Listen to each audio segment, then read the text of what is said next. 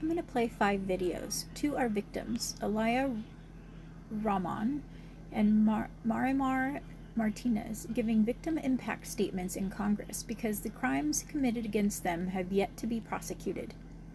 I'm also playing a video of 2 ex-Border Patrol agents describing the racial profiling and also brutality, whereas Border Patrol calls migrants bodies and tonks.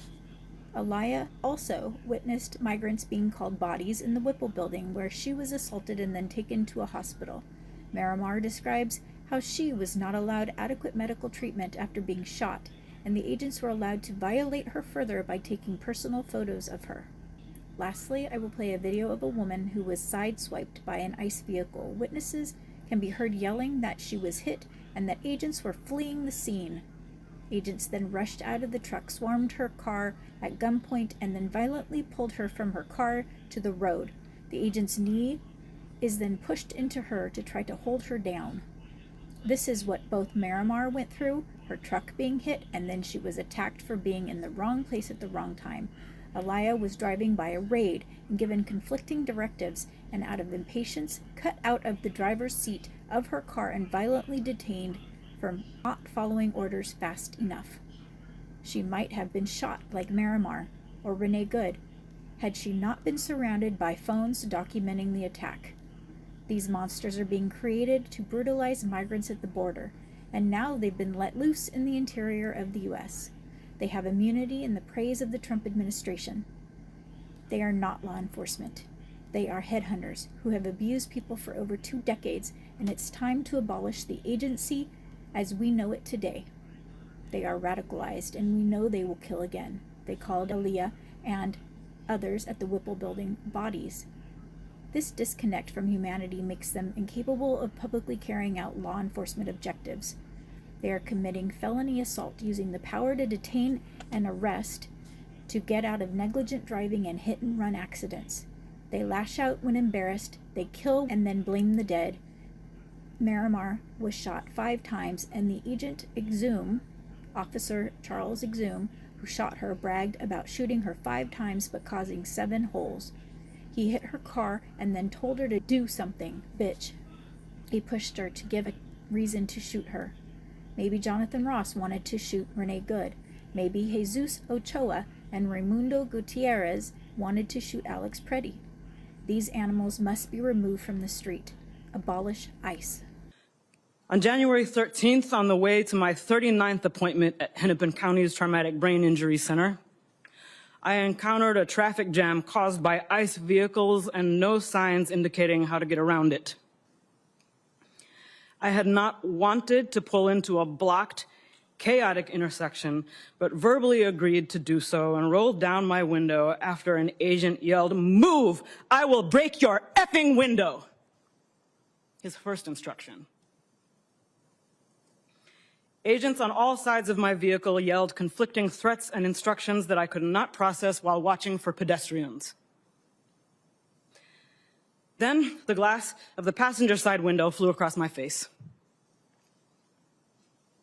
I yelled, "I'm disabled," at the hands grabbing at me, and an agent said, "Too late." I felt immersed in a pattern, and I thought of Genoa Donald, an autistic black man killed by police during a traffic stop in 2021. I remembered Mr. Sliberio Villa Gonzalez, who was killed by ICE in his vehicle last year. An agent pulled a large combat knife in front of my face, which I thought was for cutting me, and later learned was used to cut off my seatbelt. Shooting pain went through my head, neck, and wrists when I hit the ground face first and people leaned on my back. I felt the pattern, and I thought of Mr. George Floyd, who was killed 4 blocks away. I was carried face down through the street by my cuffed arms and legs while yelling that I had a brain injury and was disabled. I now cannot lift my arms normally. I was never asked for ID, never told I was under arrest, never read my rights, and never charged with a crime. Approaching the Whipple Center, I saw black and brown bodies shackled together, chained together, being marched by yelling agents outdoors. I continue to hear the word bodies because that is how agents refer to us. We're bringing in a body. They're bringing in bodies, 7, 8 at a time. Where do I put them? We can't use that room. There's already a body in there. You have no reason to believe you will make it out alive if you are already being called a body. Agents repeatedly had to stop and ask how to do tasks. I received no medical screening, phone call, or access to a lawyer. I was denied a communication navigator when my speech began to slur. Agents laughed as I tried to immobilize my own neck. I asked for my cane and was told no, pulled up my arms and prodded forward in leg irons by agents laughing and saying, "Walk, you can do it, walk." Agents did not know if the facility had a wheelchair. When I was finally placed in one to be taken to interrogation, an agent taunted, "You were driving, right? So your legs do work." I pleaded for emergency medical care for over an hour after my vision had become blurry, my heart rate went through the roof, and the pain in my neck and head became unbearable. It was denied. When I became unable to speak, my cellmate pleaded for me. The last sounds I remember before I blacked out on the cell floor were my cellmate banging on the door, pleading for a medic, and a voice outside saying, "We don't want to step on ICE's toes." When I opened my eyes at Hennepin County's emergency room, I learned I was brought there to be treated for assault. The impacts of DHS detention on my physical, mental, and financial well-being and safety have been very severe, but I do not deserve more humane treatment than anyone else, U.S. citizen or not. And I am here today with a strong spirit and a duty to the many people who haven't had the privilege to tell their stories or see their loved ones come home. I am extremely distressed by the pattern that violence from law enforcement has been happening to Black and Indigenous communities for centuries, and to DHS survivors for over 20 years. We call ourselves a civilized nation, but we lack rules and accountability around what a person claiming to be law enforcement is permitted to do to another human being. I am not afraid, and I'm not afraid to keep working on this problem even after ICE is gone. Thank you for your time. Yeah! Hit and run! Hit and run! That's a hit and run! Hit and run! Hit and run! That's a hit and run! Hit and run! Hit and run! Look, hey, watch out with that weapon! That weapon! Yo, watch out! What's wrong with you? You hit it! You hit her! Yo! What's wrong? You hit her! You hit her! You guys hit her! You guys hit her! What's wrong with y'all? Y'all hit her? Y'all bust a whole U-turn in the middle of the street! Y'all hit her! Y'all on camera!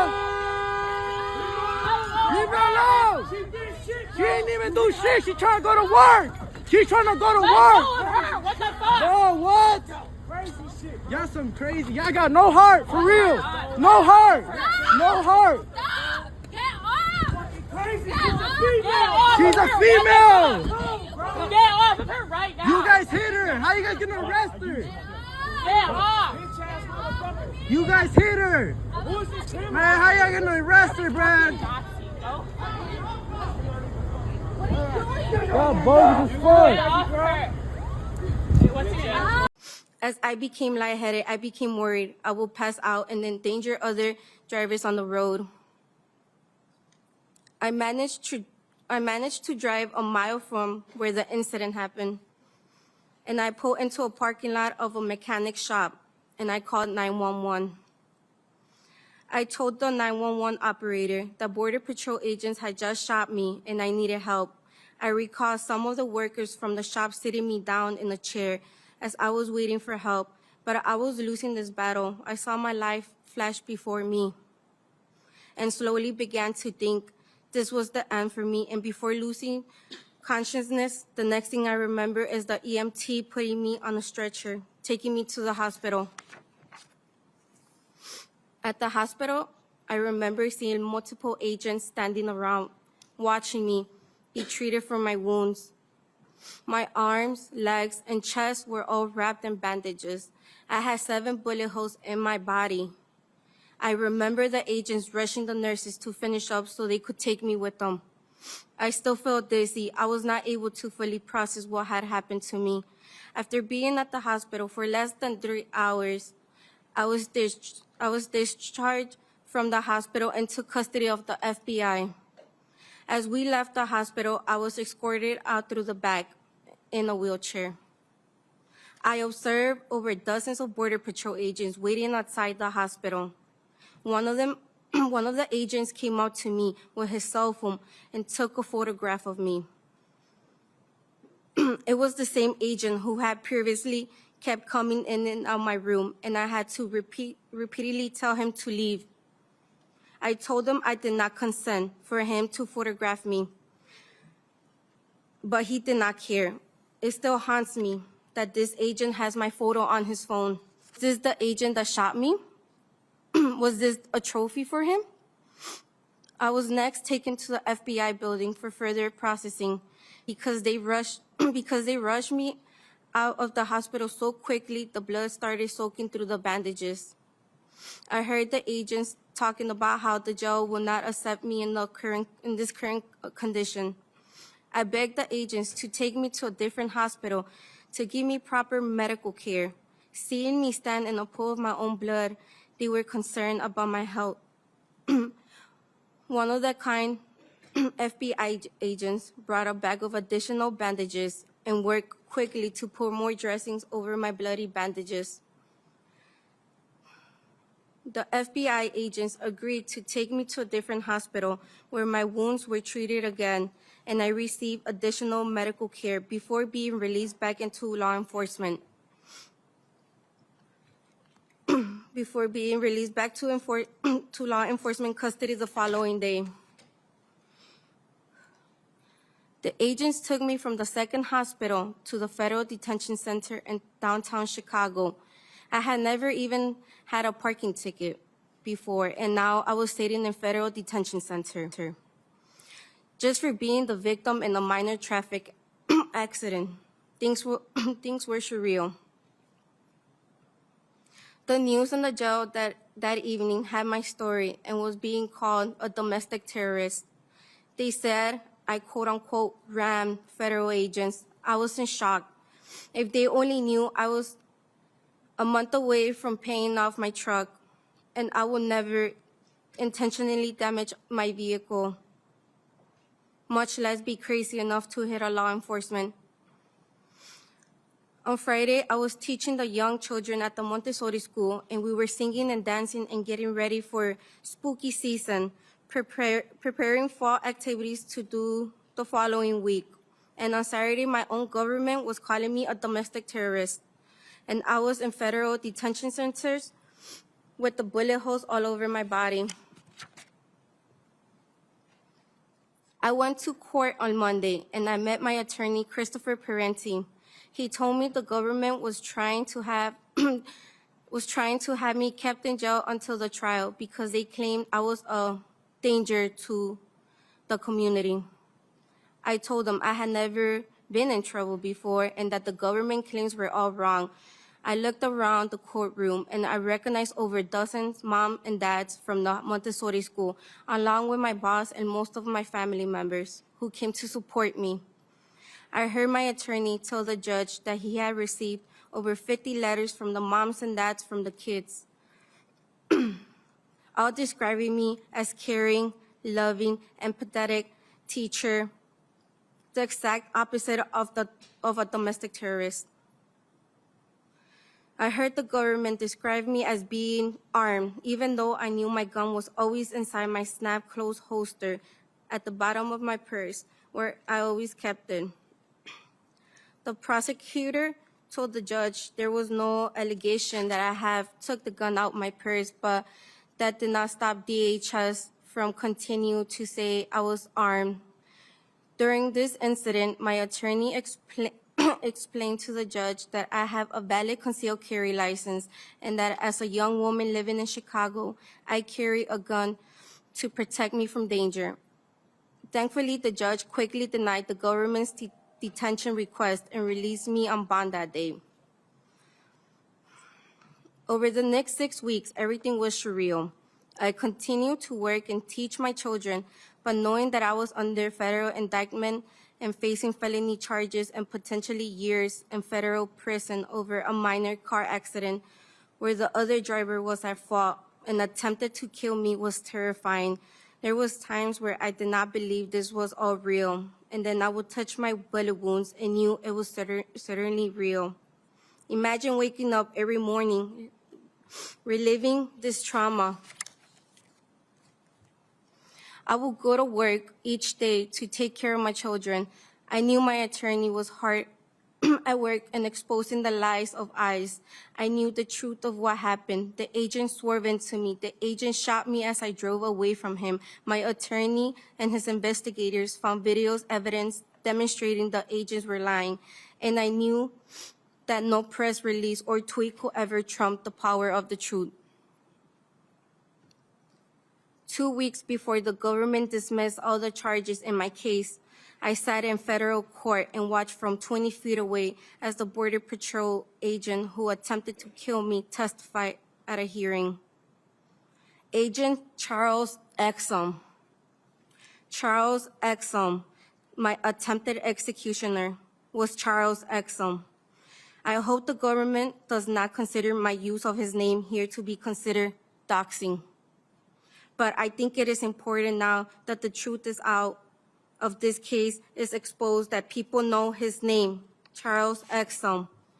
Exum was in the courtroom testifying, attempting to weave a coherent story explaining why he took his vehicle that I allegedly rammed out of the secure FBI evidence garage and drove it back to Maine, where the Border Patrol on-site mechanic was ordered to buff out the damages of the vehicle. This was all done prior to me or my attorney having the ability to examine the vehicle. Because he did this, no expert witness will ever be able to prove that it was Exum who swerved into my vehicle. Watching Charles Exum testify made me sick to my stomach. I grew up revering law enforcement. Prior to this incident, I had great respect for local and federal law enforcement. I knew every day they put their lives on the lines to keep me safe, to keep the kids at my school safe. And I thought to keep everyone in our community safe. But seeing what ICE was doing in our community at this time changed my view of law enforcement. This administration has misled the American people by claiming it will focus on the quote-unquote worst of the worst, while their actions show otherwise. Evidence from these operations, including statements made under oath, reveals a pattern of misleading the public. The government told the people they were targeting the worst of the worst, but their actions demonstrated otherwise. They are not targeting the worst of the worst. This is Jen Budd, a former senior Border Patrol agent. For years, she was stationed in this mountainous region along the U.S.-Mexico border, capturing migrants who had just crossed. Border Patrol has always been a racist institution. It's so steeped in racism and white supremacy and rape culture and brutality. If you train Border Patrol agents to see migrants as humans, then they would not be able to arrest the families. And they would not be able to put them in these small cells. You have to see yourself as different. Whether they're alive or dead, we call them bodies. We don't call them people. We don't call them human beings. And the people that are crossing this border are tonks. They're less than. What is a tonk? It's the sound that the flashlight makes when a Border Patrol agent hits them in the head with their flashlight. That's terminology that Border Patrol uses? Absolutely, 100%. The specific thing that we're raising in this lawsuit is the extra scrutiny that's being given to brown people, African Americans. And you participated in that. How did that make you feel? It's demoralizing anytime that, you're asked to do something that you don't believe in.